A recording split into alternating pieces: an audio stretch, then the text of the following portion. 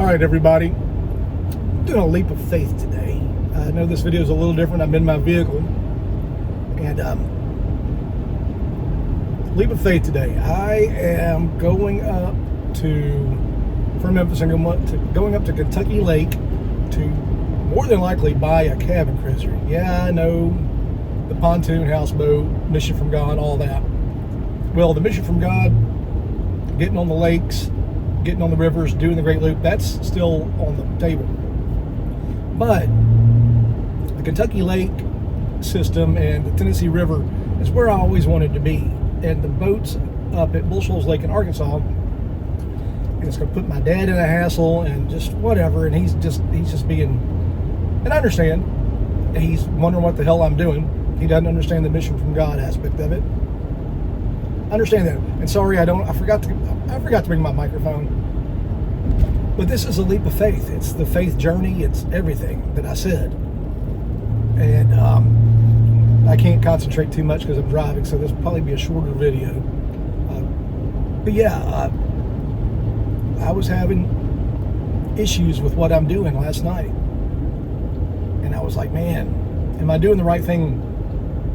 Dad and I got in an argument over the pontoon and what I was going to do at Bull Shoals for the next 6 months or whatever, and how we were going to get it to Kentucky Lake. So I've been looking at this cabin cruiser for a few days, and it's the same price that I paid for the pontoon. And it's ready to go. It's going to need a little work cosmetically and some other things, but other than that, it's already on Kentucky Lake, the Tennessee River system. It's already fully ready to go. It's not a shallow drafter, so it's going to be a little more difficult. But the faith journey and God, again, I woke up at 3 o'clock in the morning, went to bed thinking, God, tell me if I'm doing the right thing. And at 3 o'clock in the morning, full of self-doubt. And I asked God, I said, God, please tell me I'm doing the right thing, or tell me what to do instead. And I went to bed. I went back to sleep finally. And I dreamed about the Great Loop, and I dreamed about a different kind of boat. And I woke up this morning and I was like, it's an even swap, and I'm not going to have to deal with going back and forth to Arkansas and spending 6 months up there with my dad and my stepmother just constantly harping at me.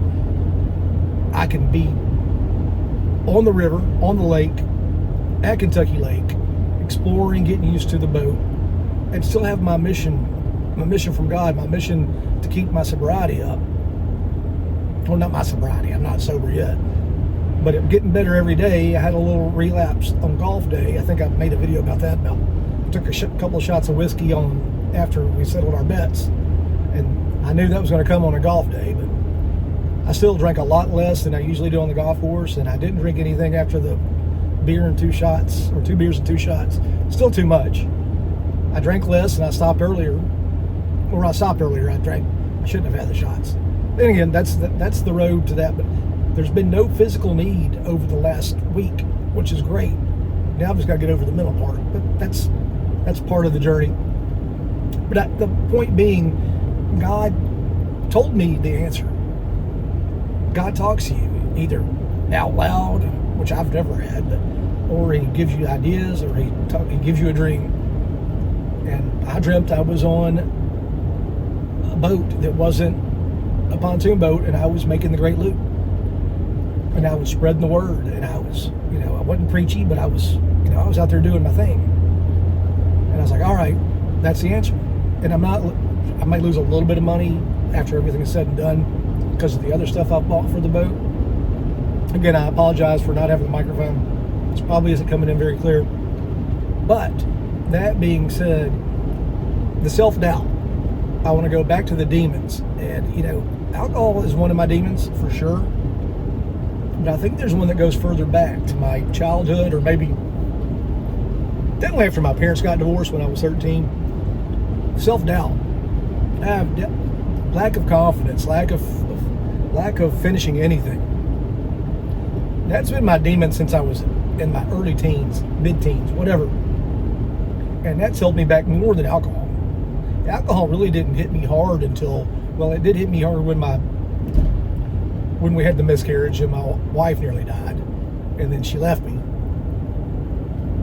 That hit hard, and the alcohol hit me hard then, because I was just 27 and my whole family was gone, and I lost a baby. So that was, or lost one in pregnancy.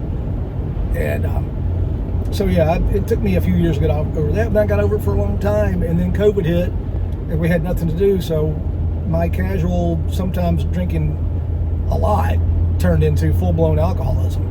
And it took me a long time to get back to where I could work again, and then I did that, and then now I'm kind of drifting back and forth. But that being said, yes, alcohol is one of my demons, but the self-doubt is the real demon, and that's the one that creeps back in. You can't do this, you're not good enough, you're that and the other.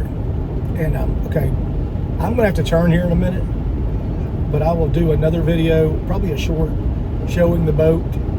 And God bless you. Hey, and God does listen and he does answer. And I'm sorry this video is this way, sorry it sounds so crappy, but I am on the road and I'm trying to pay attention to the road and talk to you all at the same time. But again, God bless you, I love you, and I'll post a follow-up as soon as I can. Bye.